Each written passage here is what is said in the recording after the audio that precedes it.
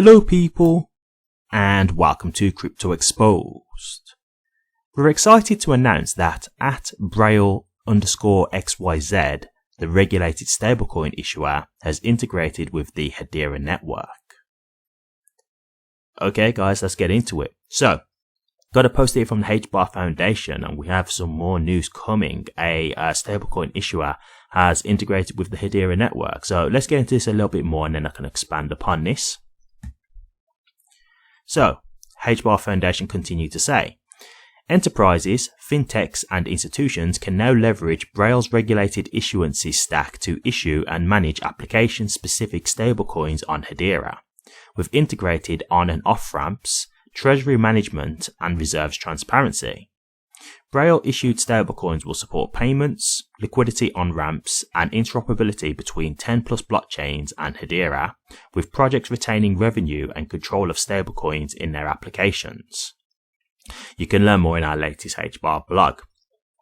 Okay, real great stuff to see here, and as you can see, one of the things that they're saying, and I think this is very important when it comes to stablecoins, and I'll give you a quick example as to why, is them talking about like the treasury management and the reserves transparency. Reserves transparency specifically, why is this a big deal? Well, if we look at Tether at the moment, USDT, I don't know if you guys have heard the news as of recent, but there's been a bit of murmurs that apparently they are being investigated. Now, I've discussed Tether quite a few times now, but I'll just quickly touch on it very quickly. Basically, there's a known thing in the crypto industry that Tether, it seems like it's a bit shady, right? Like, we can't say it for 100%, but basically, we've been asking Tether to prove their reserves for a long time. They keep promising to do so, they never do. So it's like they've never really proved that their actual stablecoins are actually backed one-to-one to the US dollar, etc.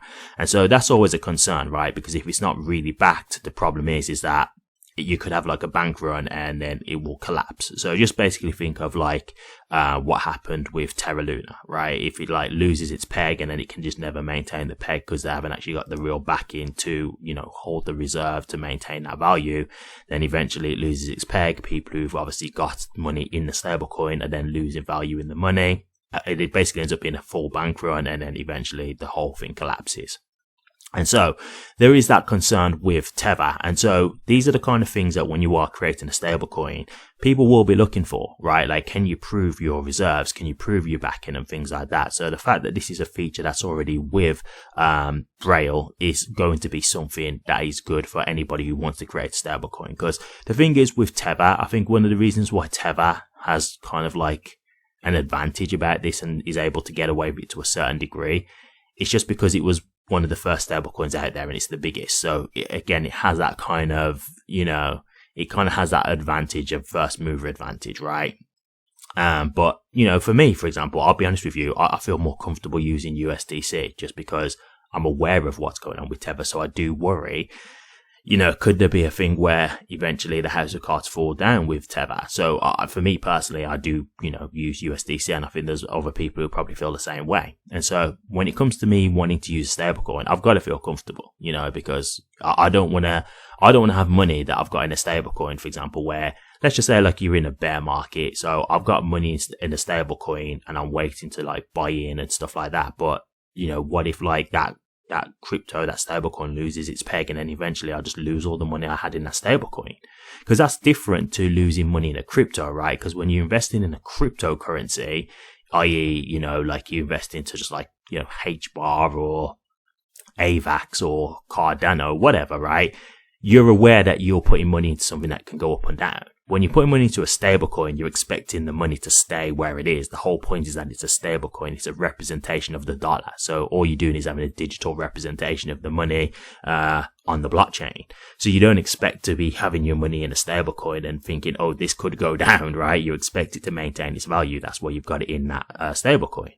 And so these are the kind of things that could be concerns for people. So if you can prove that you can obviously show your proof of reserves to people when you create a new stablecoin via this system, that's going to give people a lot more confidence in you, right? That's going to be something that's going to bode well for you and go in your favor. So I think this is a good thing. And, you know, I've said this before, A lot of people kind of downplay stablecoins, but I think stablecoins are going to be a big thing in the future. I think eventually all countries will have a stablecoin of their native currency. So, like a digital dollar, digital pound, digital yuan, and all those kind of things like that. They'll all have, a stablecoin representing their native currency eventually. So this is going to be a big thing. So, stablecoins are a big deal. They're a big part of the crypto space.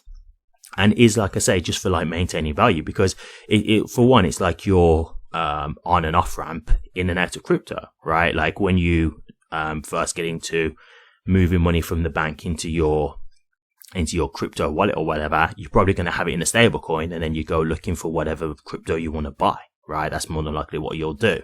Again, if you sell a crypto, you'll probably sell it into a stable coin, and then you'll eventually want to transfer that stable coin into fiat and, get it into your bank account.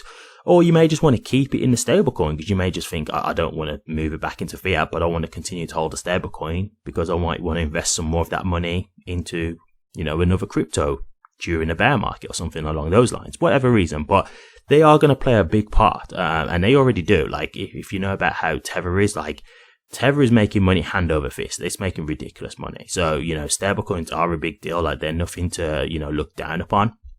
So this is a big thing. And so I just want to show you just one other thing here. And it's put here, like, why Hedera?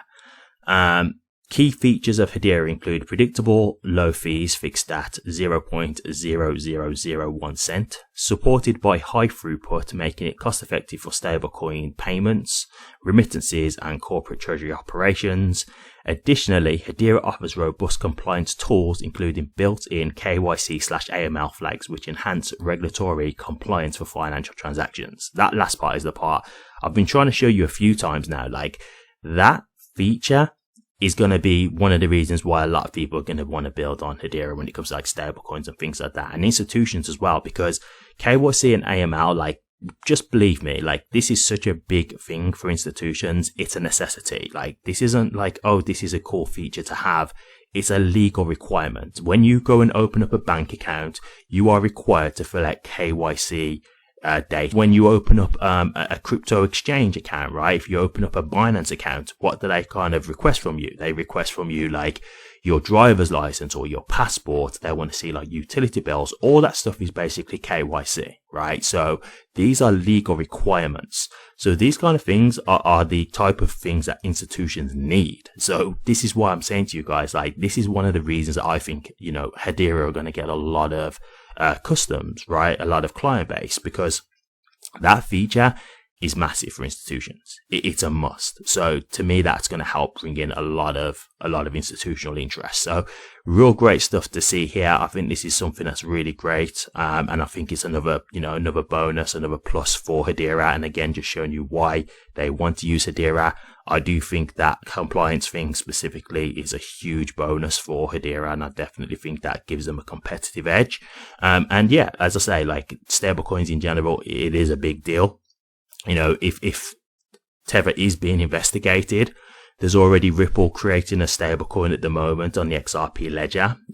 There could be other people who want to try and fill Tether's shoes, right? There could be more competition that comes out over time if Tether was to go down. So, I think that's fine, and there's nothing wrong with having options, right? Like, there can be more than just one or two stablecoins. There can be numerous. So for me, this is just a great feature, and I think it'll do well for Hedera long term. Thank you very much for watching this. Please remember to like, comment, and subscribe, and hit that bell. Take care.